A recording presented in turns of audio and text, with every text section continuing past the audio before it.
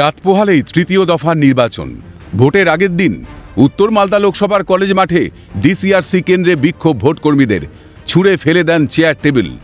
অভিযোগ, সকাল থেকে প্রায় কয়েকশো ভোটকর্মী কলেজ মাঠে পৌঁছন, কিন্তু সঠিক সময় তাদের পরিবহনের কোনো ব্যবস্থা করা হয়নি প্রশাসনের তরফে।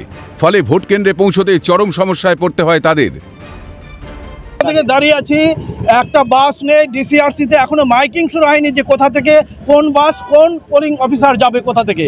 এটা তো একটা বিরাট দৃষ্টান্তমূলক অরাজক অবস্থা, আমরা কোনোদিন এরকম দেখিনি। এখানে চাচল ডিসিআরসিতে আমরা যাব, কোনো বাসের ব্যবস্থা নেই। অতি সত্বর আমাদের যাওয়ার জন্য বাসের ব্যবস্থা করা হোক, এটাই আমার আবেদন। বহু দূরে ভোট কেন্দ্র হওয়ায় সঠিক সময়ে পৌঁছতে না পারায় ভোগান্তিতে পড়তে হয় ভোটকর্মীদের। তাদের আরও অভিযোগ, ডিসিআরসিতে দেখা পাওয়া যায়নি কোনো আধিকারিকের। সঠিক সময়ে পরিবহন ব্যবস্থার দাবি প্রশাসনের কাছে। পরিবহনের সঠিক ব্যবস্থা না করা হলে কাজ বন্ধের হুঁশিয়ারি।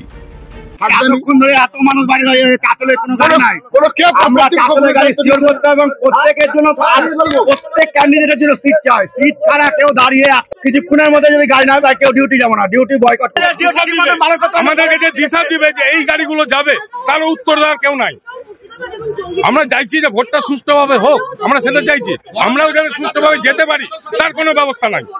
ওদের দায়িত্ব হচ্ছে যে আমাদেরকে ডিউটিটা ধরিয়ে দিয়েছে, বা তোমরা যেভাবে যাবে ডিউটিটা করবা। আধিকারিক না, আপনি দেখতে পাচ্ছেন তো, আপনি ইলেকট্রনিক মিডিয়া, আপনারা দেখুন কোন আমাদের কোনো আধিকারিক এসে বলছে, কোনো সুরার কথা কিছু বলছে? কিচ্ছু বলছে না। ওরা চাইছে যে যেন কোনো প্রকারে এখান থেকে আমাদের চলে যাক। মালদা 144 কোম্পানি আধা সামরিক বাহিনী মোতায়েন করা হয়।